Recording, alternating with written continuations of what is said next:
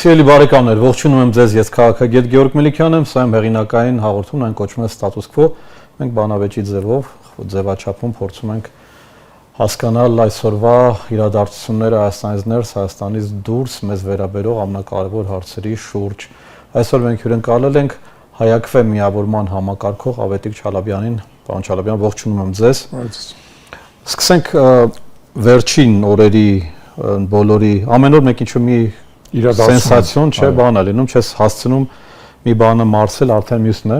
Եկեղեցին դա անդադ հարվածի տակ է, որքան էլ իրենք փորձեցին դա մեկնաբանել որպես եկեղեցու բարօրության համար են անում, մենք հասկանում ենք, որ դա ընդհանրապես բառեր են, բայց իրականում շատ լուրջ խնդիրներ ենք տեսնում, փաստացի որքան հասկանում ենք, կաթողիկոսի դեմ կոնկրետ հոդվածներ են դնելու եւ ոչ թե սպասելու են եպիսկոպոսների ստորագրությանը, չստորագրությանը, կոնկրետ ուղղակի այդ մարդուն կարող է ձերբակալեն եւ վերջանա, այսպես ասած, այս թեման։ Ինչ է կարծում նախ այդ զարգացումը։ Նախ տեսեք, ես այսօր ձեզ մոտ որ գալիս է, ես տեսա Facebook-ում արդեն դրանց ծախու գրչակների ոնց որ նախապատրաստական աշխատանքը, թե կաթողիկոսի առաջ ինչ հոդվածներ են դրվելու եւ իմանալով այս վարչախմբին եւ նրա, այսպես ասած, բերիական մեթոդները, բերիակը նկատի ունեմ Լավրենտի Բերիային, հա։ Այո, 37 թվի ճարտարապետին հիմնական։ Ես նրանց մեթոդները արդեն տեսնելով որևէ կասկած չունեմ, որ իրանք ընդհանրապես ասած առանց որևէ խղճի խայթի, այո, հայոց հայրապետին կփորձեն նաև ձերբակալել եւ կալանավորել, ինչպես դա այսօր արեցին Արշակ Սրբազանի հետ։ Որևէ կասկած չունեմ, բայց դրանով պատմությունը չի վերջանա։ Նա պատմություն չի վերջանա եւ հիշելով Բերյանին ես հիշեցնում, որ նրա գործակալները խեղտամահ արեցին կաթողիկոս Խորեն Մոնադբեկյանին հենց իր նստավայրում, իր կեցավայրում եւ այսօր մեթոդները գուցե ֆիզիկական այդպիսի դաժանություն չունեն, բայց բարոյականության տեսանկյունից ոչ մի բանով չեն տարբերվում եւ այն ինչ որ անում Փաշինյանն եւ նրա սատելիտները ոչ մի բանով չի տարբերվում այդ իմաստով նրանից ինչ որ անում էր Լավրենտի Բերյան։ Ուղղակի ամենացավալի մասը այս պատմության այն է, որ կա աջակիցներ այս գործում։ Այն ժամանակ էլ կար։ Այն ժամանակ խեղտամահ են արել, ասենք շատ կոնկրետ վաղարշապացի մի քանի բնակիչ։ Լավ, բայց ամբողջ հայությունը երևի կողմ չէ դրան։ Չէ, ամբողջ հայությունը կողմ չէ, բայց հիմա էլ ամբողջ հայությունը կողմ չէ։ Այդ ես նաև դրա մասին էլ ասեմ, որ մեր Ղարար հիմնադրամի հետազոտությունը ցույց է տալիս, որ եկեղեցին եւ բանակը մշտապես ամենաբարձր հեղինակություն ունեն Հայաստանում եւ Փաշինյանի ոչ մի գործողություն այդ հեղինակությունը որևէ կերպ չի կարող խախտել, ընդհակառակ աճել է վերջի շրջանում։ Ընդհակառակ աճել է։ Եվ մենք դա տեսնում ենք նաեւ վերջի իրադարձություններում։ Փաշինյանը այսպես ասած շրջիկ պատարակների, մի հատ կրկես պատարակիչների մի հատ կրկես ա, չէ, հնարել գնում այս եկեղեցության եկեղեցին, հետևից գցած տանում այդ Կիրակի Գյումրիում պիտի լինի։ Միտքս ավարտեմ Գյումրիի մասին խոսանք, հետևից տանում այդ ծաղրացուների բանակը, որոնք իրանք կյանքում երևի պատարակների չեն եղել մինչև այդ, գնում են ստիպված կանգնում են տենց բարեպաշտ դեմքերով։ Որոնք դա ծախս է, ամբողջ ահռելի այդ մեքենաներով, ամբողջ կառավարության կազմով գնում են այս նկատի ունեցեք, որ իմ ու ձեր հաշվին, մեր հարկատուների հաշվին լցված է այնտեղ ԱԾ-ն, պահպանության ծառայությունը եւ այլն։ Դա բացարձակ խայտառակություն է, երբ որ Փաշինյանը երեք ընդունեց, որ ԱԱԾ-ն ճնշում է գործադրում քահանաների նկատմամբ։ ԱԱԾ-ն կներեք իմ ու ձեր հարկերով ապրող կառույց է, եւ նա իրավունք չունի ընդհանրապես ներգրավելու այդ գործընթացներում։ Եվ ես հիմա ուզում եմ վստահությամբ ձեզ ասեմ, նրանցով որ իշխանապետության փոփոխություն կլինի, ԱԱԾ-ը յուրաքանչյուր ծառայող, որը ներգրաված եղել է գործընթացների մեջ, պատասխանատվության է ենթարկվելու անխուսափելիորեն, որովհետեւ դա ուղիղ հանցանք է, դա 209 հոդվածի մեր քրեական օրենսգրքի խախտում է։ 209 հոդվածը պաշտպանում է կրոնական կազմակերպությունների ազատությունը, նրանց գործունեությանը միջամտությունը քրեական պատասխանատվության է ենթադրում։ Ու դուք ականատես եղաք նրան ինչ որ տեղի ունեցավ Սուրբ Սարգսում, կանցած Կիրակի օրը, երբ որ քաղաքացիները տարածորեն բունտ բարձրացրեցին։ Փաշինյանի հերթական բանի, այսպես ասած, այցելության ժամանակ, երբ որ երիտասարդական կառույցը դեռ երգում էր Վեապար Հայրապետի պատվին երգեր երգում, մեր Հայաքվե խորհրդի անդամ Հովհաննես Իշխանյանը եւ մի շարք այլ քաղաքացիներ պահանջեցին, որպեսզի Հայրապետի Վեապար Հայրապետի անունը նշվի եւ այլն։ Քաղաքացիները տառացիորեն ապստամբելու են այս ամեն ինչի դեմ, որովհետեւ եկեղեցին կնեք մեր բոլորինն է։ Եկեղեցին մեր բոլորին է, դա մեր հոգևոր արժեքն է։ Մենք հայերս ի վերջո ունենք հպարտության երևի մի քանի հենասյուն։ Մեկը դա մեր հայ առաքելական Սուրբ եկեղեցին է։ Առաքյալների Թադեոսի Բարդուղեմոսի կողմից ստեղծված, Գրիգոր Լուսավորչի կողմից սրբագործված 1724 տարվա պատմություն ունեցող մեր եկեղեցին, որը երբեք չի խզվել, որը կանգուն է մնացել, ի հեճուկս բոլոր այն հարվածներին, որոնք ստացել է մեր ազգը, մեր ժողովուրդը, մեր պետությունը, եկեղեցին կանգուն է մնացել։ Եկեղեցին կանգուն է մնալու։ Կանգուն է մնալու։ Մենք մեր լեռների պես կմնանք, իսկ սրանք հողմերի պես կգնան վայրակ։ Սրանք հողմ են, որոնք նույնիսկ եմ ասում քշելու են գնան։ Պարոն Չալբյան, քանի որ ես այսօր ուզում էի դա այնքան ուղղակի մտահոգիչ էր, որ ես սկսեցի դրանից այսօրվա թեման ուզում էի մենք վերադառնանք մյուս մեր համար կարևոր մեր սրտի հարցին, որը Արցախն է։ Եվ մենք ականատեսանք, թե ինչպես նախ լուծարեցին ԵԱԿ Մինսկի խումբը Հայաստանի համաձայնությամբ եւ այսպես ասած գաղտնազերծեցին փաստաթղթեր, որոնք մեծ առումով այնպես նորություն չէին, մի քանիսը եթե չհաշվենք եւ նաեւ շատ կիսատ պրատ են։ Բայց ինչու արվեց դա։ Կարծում եք նպատակ էր, այսպես կարծեք նորից կրակը բորբոքել, որ տեսեք մենք ինչքան ճիշտ ենք, թե սա ուրիշ հաշվարկում էր, որը էլի ֆեյլ եղավ։ Անկեղծ ասած, ձեր հարցի երկրորդ մասի պատասխանը դեռևս չգիտեմ, չեմ էլ հասցրել մինչև վերջ վերլուծեմ, թե այս ամեն ինչի հետևում ինչ էր կանգնած, որովհետև ակնհայտ էր փաստաթղթերի գաղթազերծումից, որ իրանք ճիշտ չէին։ Առնվազն դա ակնհայտ է 19 թվականի փաստաթուղթը հստակ սևով սպիտակի վրա գրած է, որ Արցախը ստանում է միջանկյալ կարգավիճակ, իրավունք ունի պետական կառավարման մարմիններ ստեղծել, այնտեղ տեղակայվում են միջազգային խաղաղապահ ուժեր, Ադրբեջանը պարտավորվում է ուժ չի կիրառել Արցախի դեմ եւ այլն, այսինքն հանրակրվե եւ այո, ի վերջո պետք է տեղ ունենար հանրակրվե։ Բայց նշտեսակ չէ, որ ինքը ասաց, բայց որտեղ պետք է լիներ հանրակրվե։ Հիմա Արցախի տարածքում։ Բայց իսկ ինքը դա հարցականի տակ դրել։ Հարցականի տակ գրած է որտեղ։ Գրած Արցախի բնակչության կողմից։ Ես ես մի բան ասեմ, էլի, դա այնքան ականհայտ է գրած։ Հիմա միակ բանը, որ ինքը վիճարկում է, ինքը ասում է հետեւալը։ Քանի որ հանրակրվեի ժամկետը հստակ նշած չէր, Ադրբեջանը կարեր դա անվերջ ձգձգեր, չհամաձայնվեր, որ Արցախը անջատվեր Ադրբեջանից։ Շատ լավ, թող ձգձգեր։ Այդ դեպքում Արցախը կմնար հայկական։ Ամբողջ այս ընթացքում Արցախը կմնար հայկական։ Ես ընդհակառակը հարց եմ ուզում տամ Փաշինյանին։ Հարգելիս, իսկ այն ինչ որ դու արել ես, դրանից վատ, էլ ինչ կարա լինի։ Դու արել ես վատթարագույնը, Արցախը հայաթափված է,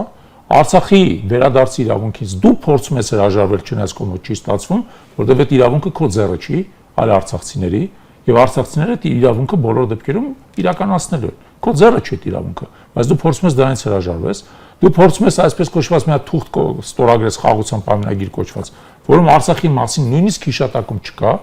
թեև այն Ալմաթայի պայմանագիրը, հռչակագիրը, որի վրա դու հողում ես կատարում, Հայաստանի Հանրապետությունը վավերացրել է վերապահումով Արցախին վերաբերվող։ Այդ էլ ասա։ Արցախը ի վերջո խորհրդային տարիների ընթացքում, եթե մենք վերադառնում ենք խորհրդային տարիների ստատուս կվոին, կարգավիճակ ունեցել, չէ ինքնաբար մարզ է եղել։ Այո։ Ուրեմն եթե մենք վերադառնում ենք խորհրդային սահմաններին, ապա պետք է վերադառնանք նաև Արցախի խորհրդային սահմաններին եւ Արցախի կարգավիճակին։ Հա տրամաբանական է։ Հիմա եթե դու ասում ես դա տրամաբանական չի, որովհետեւ Ադրբեջանը ուժեղ է, Ադրբեջանը այսօր է ուժեղ, վաղը թույլ կլինի, որովհետեւ թուլանում աշկնից առաջ։ Էդ էլ ենք տեսնում, աշկնից առաջ Ադրբեջանը թուլանում է։ Եվ այդ տրամաբանության մեջ հարց եմ ուզում տամ։ Դու այն նրան, որ դու հասել ես, դրանից վատ էլ ինչ կարող լիներ։ Դու իրականացրել ես վատթարագույնը, վատթարագույնը։ Դու հիմա պնդում ես, որ դա մեր համար, այսպես ասած, մի հատ սեղմողակ էր, որով մենք կախվածություն ունենք Ռուսաստանից։ Ընդունում եմ, որ կախվածություն ունենք Ռուսաստանից, չես կարող մերժել։ Բայց եթե միջազգային խաղաղապահ ուժեր մտնեին ՄԱԿ-ի էգիդայի ներքո,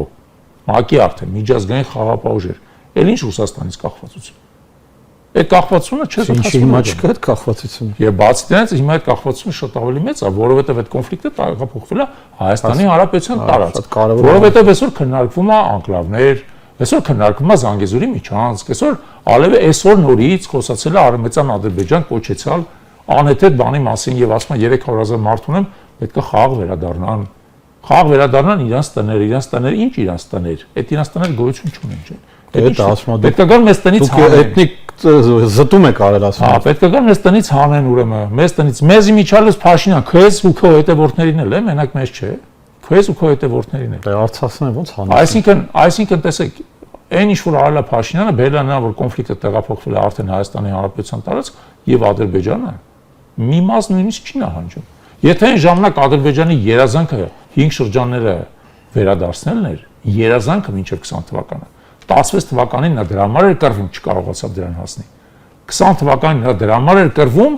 մեկ էլ անսպասելիորեն պարզվեց, որ ինչ Արցախի բանա Փաշինյանի օրոք կարող է հավակնել ամբողջ Հայաստանին։ Եվ ինչպես Ալիևն ասում, մեքենաներով վերադառնանք վերցնենք ամբողջ Հայաստանը։ Իր խոսքերն է, չէ՞։ Եվ ընդ որում, տեսեք, այն ամեն ինչից ինչ որ զարգանում է մինչև հիմա, Փաշինյանի գլխավորության ներքո, չկա եւ որևէ բան, որ ենթադրություն տա, ասի, որ չէ, շրջվելու է այս ընթացքը, որ ինչ որ մի բան զոհաբերել ենք, որ մնացածը կարողանանք պահենք։ Չէ, ինչ զոհաբերել ենք, մնացածը ավելի ենք թույլատրել։ Ինչ զոհաբերել ենք, ավելի ենք թույլատրել, եւ դա ավելի քան ակնհայտ է։ Տարբեր զրույցներում ես լսում եմ, որ իշխանական թևը շատ օպտիմիստորեն է տրամադրված, որ ամեն ինչ լավ է լինելու, մենք ահավասիկ թերթել ենք կոնֆլիկտի էջը, տեսնում եք խաղաղասարակության ներկայացուցիչները գնում են, գալիս են, մեսենջերներ են դարձել, բերում են Հաջիևի խոսքը, Հաջիևը մի քանի օր առաջ էլ ասեց, որ հիմա խաղաղություն է, իրենց արտգործնախարարը Բայրամովը խոսեց դրա մասին, հա, որ խաղաղությունը ավասիկ եւ մենք ամեն ինչ անում ենք։ Դա դրանք ինչ հնարավոր է։ Հիմա տեսեք, եթե դուք Հայաստանում ունեք իշխանություն, որը կրճատում է բանակը, ես ասում եմ ինչի ում դեմ են կռվում։ հա, որը կրճատում է բանակը, մի վարքին միտքս ավարտեմ, կրճատում է բանակը, որը ըստ էության չունի եւ ոչ մի դաշնակից, չունի դաշնակից, պաշտոնապես մենք ոչ մի դաշնակցային հարաբերություն հիմա չունենք, հա, որը հրաժարվում է Արցախի հարցից, հրաժարվում է օրինակ միջազգային դատարաններում հնարավոր բոլոր հայցերից, որտեղ մենք ակնհայտ հաղթաթուղթ ունենք, որը որևէ կերպ հետամուտ չի լինում Արցախի վերադարձի իրավունքին։ Ինքը մեզ է մեղադրում, Հայաստանին է մեղադրում այս ամեն ինչի։ Եվ հնարավորություն է տալիս Ալիևին ստեղծել նոր կազուս բելի, այսինքն նոր պատերազմի պատրվակ։ Ալիևը համար Փաշինյանը իդեալական վիզավի է, իդեալական, այսպես ասած, գործընկեր է։ Ալիևը հիմա այո, այդ դիմակն է հակնելու եւ Ալիևը եւ Էրդողանը եւ այլն, որպեսզի Փաշինյանը վերարտադրվի։ Դրանից հետո իրանք անցնելու են Հայաստանի զավթման հաջորդ փուլին։ Հայաստանի զավթման հաջորդ փուլը ենթադրում է, այո, Հայաստանի նկատմամբ նոր պահանջների առաջ քաշում, որոնք սաղմերը արդեն հիմա կան, ակնհայտորեն կան եւ դրա մասին խոսում է Ալիևը, ոչ թե Հաջիևը, ոչ թե քաղաքասարակության ինչ-որ տենց բաներ անհասկանալի դեպքեր։ Երկրի նախագահն է դրա մասին խոսում, հող նախապատրաստելով հաջորդ ագրեսիայի համար։ Եվ Ալիևը սպասելու է համբերատար, որպեսզի իր պատուհանը բացվի հնարավորությունները եւ ինքը գնա նոր ագրեսիայի։ Այդ տեսանկյունից ես որևէ կասկած չունեմ, որ Փաշինյանի ընտրության դեպքում մենք նոր պատերազմ կստանանք Ադրբեջանի հետ, արդեն Հայաստանի Հանրապետության Ավետի ոչ է կարծում, որ ինքը առանց պատերազմի ինչի՞ պիտի պատերազմի։ Հա, իդեպ, չէ, ես ասեմ, ճիշտ եք ասում։ Իդեպ նույնիսկ պատերազմել չէ։ Ուղղակի սողացող զավթում Հայաստանի Հանրապետության։ Սկսելով անկլավներից, Մեղրիից, հետո աշճանաբար ախորժակները դեպի Երևան եւ այլն։ Վերադարձնելով ադրբեջանցիներին, կրոնը պարտադրելով, լեզուն պարտադրելով, մզկիթներ կառուցելով եւ այլն։ Այո, այդ մարդիկ ախր հետաքրքիր է, գիտեք որ նա։ Իրանք ոչ մի բան չեն թաքցնում։ Իրանք ասում են դրա մասին։ Մեր մոտ մարդիկ, քանի որ հոգնած են այս պայքարի արդեն 7-8 տարիներից եւ դրա նախորդ երկար ժամանակաշրջանից, մարդիկ հոգնած են։ Մարդիկ ուզում են իրենց խաբել, կեղծ, բայց քաղցր ստերով։ Մարդիկ ուզում են հավատալ, որ ամեն ինչ լավ է լինելու։ Ժորժ ջան, այդ ձևի մարդիկ ժամանակին 1915 թվականին ցեղասպանության զոհ եղան։ Որտեղ իրանք ուզում էին հավատային, որ ամեն ինչ լավ է լինելու, մինչև հասավ այն օրը, որ Թուրքիա ասկերը մտավ իրանց տունը, տղամարդուն սպանեց, կանանց երեխեքին ծերերին գցեց դերձորի անապատները, որտեղ այնտեղ իրանք սովից մահացան։ Մի հավատացեք, որ լավ է լինելու, լավ կլինի մենակ այն դեպքում, եթե դու կարողանաս քեզ պաշտպանել։ Դրա համար էլ նույն Արևմտյան Հայաստանում ի վերջո կենթանի մնացին այն քաղաքները ու գյուղերը, որոնք իրենց պաշտպանեցին։ Փաշինյանը մի քանի միլիարդի զենք են առել։ Փաշինյանը առել է այս ընթացքում 1.8 միլիարդի զենք։ Այդ փաստ է։ Եվ այդ փաստը արտացոլված է Ստոկհոլմի ինստիտուտի հաշվետվություններում։ Հաշվետվություններում հստակ արտացոլված է։ Եվ Փաշինյանը չի ասում, իսկ Արցախում ինչքան զենք է թողել, դրանից ավել թողած զենքի մի մասը այո փոխհատուցվել է։ Հրետանու հոբ միջոցների տանկերը չեն փոխհատուցվել ընդհանրապես, որովհետև Արցախում մեծ քանակությամբ տանկ են թողել, ոչ մի նոր տանկ չեն կարել, բայց այլ բանա գուցե մեծ տանկ պետք է չի։ Դա մի քիչ ավելի ռազմատեխնիկական թեմա է։ Բայց ինչի Փաշինյանը պատրաստվում է պատերազմել։ Չէ, բնականաբար ոչ, պատերազմը զենք առում ինչ անի։ Տեսանելիություն է ստեղծում, տեսեք ինչու է խնդիրը։ նա չի կարող միանգամից բանակը կազմալուծի։ Չի կարող բանակը միանգամից լուծարի։ Նա ցանկացած բան անում է փուլային։ Արցախն էլ միանգամից չհանձնվեց։ Հանձնվեց փուլային։ Որտեղ միանգամից եթե հանձներ, հիշում եք, այս վերջերս դրա մասին Բայրամով ասաց, որ Փաշինյանը ասել էր Ալիևին, եթե Արցախ հանձնեմ, ինձ այնտեղ կսպանեն։ Նա հասկանում է, որ ցանկացած կտրուկ քայլ իր իշխանությանը վտանգ է ներկայացնում։ Համար քայլերը պետք է անել ոչ կտրուկ։ Օրինակ, պետք է կրճատել ժամկետային զինծառայությունը, ասելով, որ դա տեսնում եք, մենք գնում ենք խաղաղության բան, բայց դա բերելու է նա, որ 2027 թվականին փաստացի մենք ունենալու ենք միանգամից զորացրվող երկու զորակոչ։ Մեկը, որը զորակոչվել է 26 թվականի հունվարին, մյուսը, որը զորակոչվել է 25 թվականի ամռանը։ Մեկը ծառայում է 2 տարի, մյուսը 1.5 տարի, դրանք միանգամից զորացրվում են։ Միանգամից զորացրվում է 12000։ Ասում են կոնտրակտներով ենք ապահովելու։ Հիմա այդ փաստարկը ես արդեն պատասխանել եմ։ Ես ասում եմ, ցույց տվեք բյուջեն որտեղ է այդ պայմանագրային զինծառայողների վարձատրությունը, որովհետև եթե դուք 6000 հավելյալ պայմանագրային զինծառայող եք ներգրավելու, բյուջեն ինչ-որ միտեղ առնվազն 30 միլիոն դրամ պետք է լինի դրանց համար, որովհետև այդքան վարձատրություն է նախատեսվում։ Բյուջեն մյուս տարի 100 միլիարդ դրամով կրճատվում է։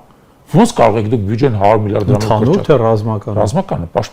պաշտպանության բյուջեն ուղիղ 100 միլիարդ դրամով կրճատվում է։ Հարց եմ տալի, որտեղ այն 30 միլիարդ դրամը կամ նույնիսկ ավել է, առնվազն 30, որոնք դուք նախատեսել եք պայմանագրային զինծառայողների համար։ Ուր է այդ 6000 պայմանագրային զինծառայողի վարձատրությունը, ոչ մի տեղ չկա տես բան։ Եվ իդեպ ես հետաքրքիր բան ասեմ։ Ես լսում էի Պապիկյանի ելույթը ազգային ժողովի հանձնաժողովում, որտեղ իրան այդ հարցը տվեցին, ինքը ամենաանհետագույն պատասխանը տվեց, որից ակնհայտ դառավ, որ ոչ մի պայմանագրային իրենք չեն լրացնել։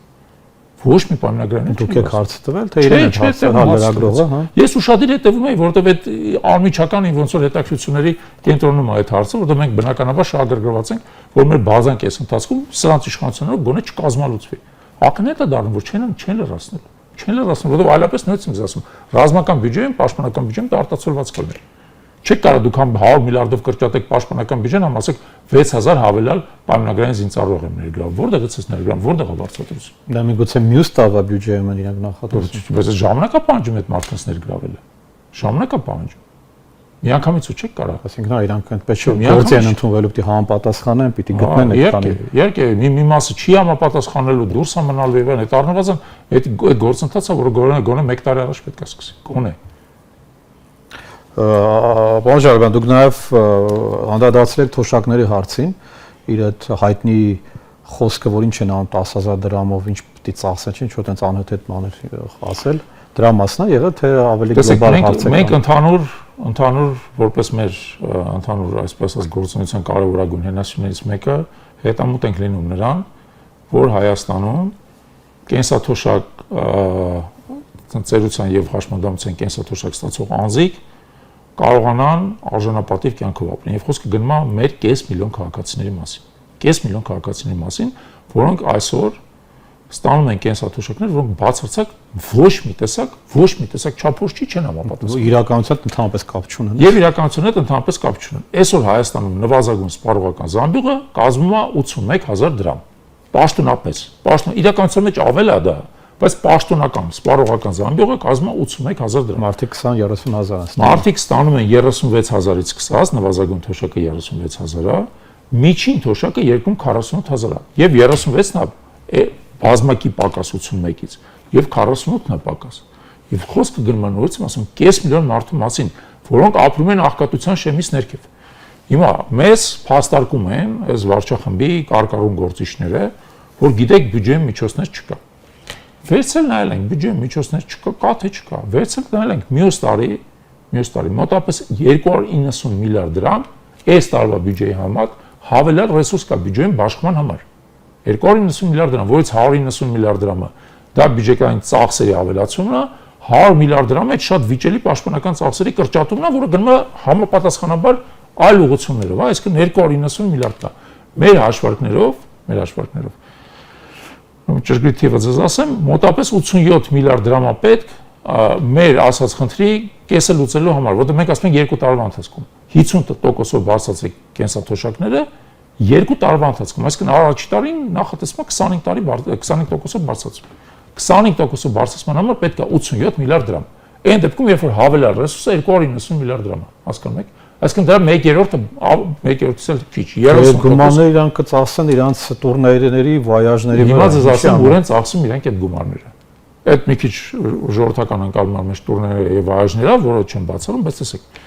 մոտ 30 միլիարդ դրամ, 30 միլիարդ դրամ։ Գնում է ասֆալտապատման վրա, հավելյալ։ Այս տարի 97 միլիարդ դրամ է, ավելանում է 30%-ով։ Այդ ոնց որ ուզում ես ասես բան էլի նախընտրական ժամանակ նախընտրական բան է բացի դրանից նախընտրական ախր կենսաթոշակներն են նախընտրական հիմա ուսուցիչներին է բարձրացնում ինչի են ասֆալտի մեջ դնում որովհետև ասֆալտի մեջից փող են աշխատում բաց դրանից հենց իրանք տեսեք թոշակառուները ընտրող չեն թոշակառուները մեծ մասը չեն գնալու չէ շատ իզուր եք տես մտածում թոշակառուները ամենամեծ ընտրողներն են թոշակառուները ամենամեծ մենք ունենք նման վիճակագրություն ովքեր տարիքային ընտրողների հա այո ունենք սոցիոլոգիական հետազոտություն ամենամեծ ընտրողներն են Հայաստանի պայմաններում ամենամեծ ընտրական ակտիվությունը թոշակառուներն են։ Այդ տրամաբանությունը բանա, որ պետք է ավելացնել ուրեմն։ Ես եմ այդպես կարծում։ Ես զարմանում եմ։ Սա քաղ տեխնոլոգիայի տեսանկյունից ամենաանհեթեթ բանն է։ Ամենաանհեթեթ։ Թե ինչ են դա անում։ Ցանկացածը կգնա կընտրի։ Ես ասեմ, տեսեք, միակ բացատրությունը հետևելն է։ Իրանք փողը բաշխում են ըստ քաղաքական նպատակահարմարություն, այսինքն ասֆալտ, ռեպրեսիվ օրգաններ, հսկայական միջոցներ հաջորդ տարի իրենք տալիս են ոստիկանությանը, հա։ Չէ, տեսեք առողջապահության այդ նոր ծրագրին, այսպես կոչված պարտադիր ապահովագրությանը, խոսքը գնում է 111 միլիարդ դրամ հավելյալ ծախսի մասին, որ ավելի քան բավարար է մեր ասած կենսաթոշակների խնդիրը լուծելու համար։ Հիմա հարց ինչի են այնտեղ տալի, որովհետև այնտեղ գերշահույթներ կան, որովհետև իրանք այն առողջապահական հաստատությունները, որոնք այդ միջոցները ստանալու են, գերշահույթներ են ստանալու եւ իրանք մասնակցելու են այդ գերշահույթներին։ Այն դեպքում երբ թոշակների դեպքում չկա գերշահույթ, դու տվեցի թոշակառուն, վերջ այդ փողը գնաց ծախսվեց արդեն, հասկանում եք։ Այսինքն իրանք ոչ միայն ուզում են վերընտրվեն, վերարտադրվեն եւ այլն, առանքում ուզում են նաեւ գերշահույթներ ստանալ։ Իրանց նպատակը դա է։ Այնքան ագահ են, որ մտածում են համ կարան հարստանան, միլիարդեր դառնան, համ էլ կարան վերընտրվեն։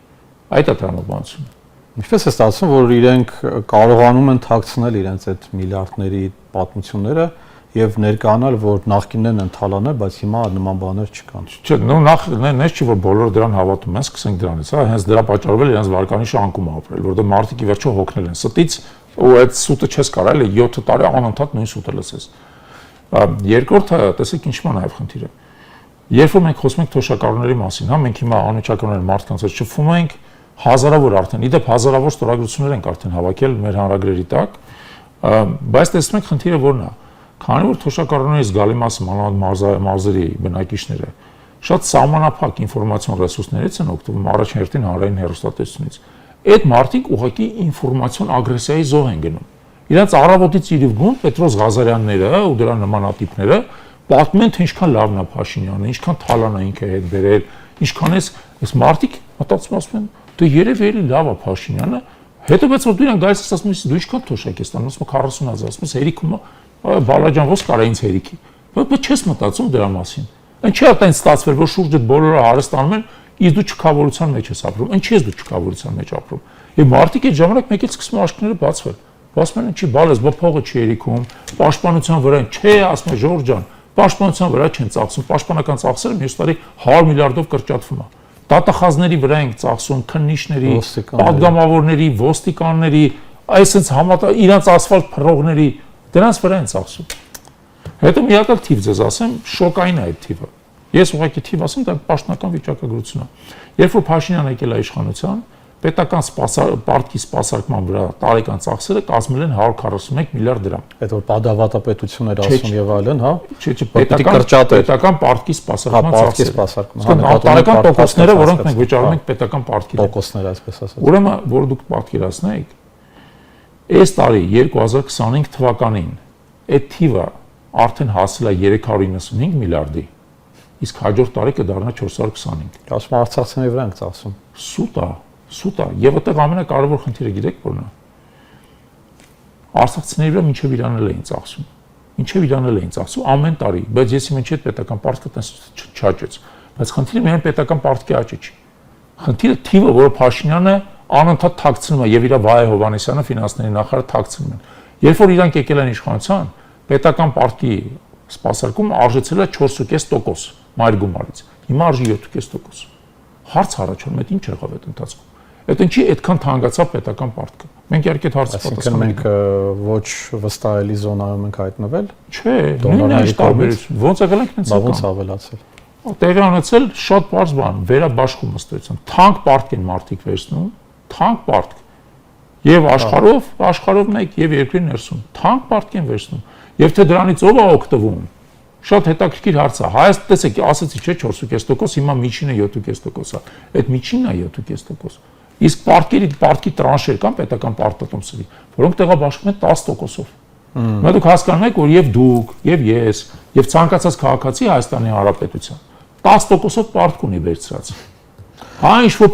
փողի պարկերից, որոնք նստած այդ փողի վրա,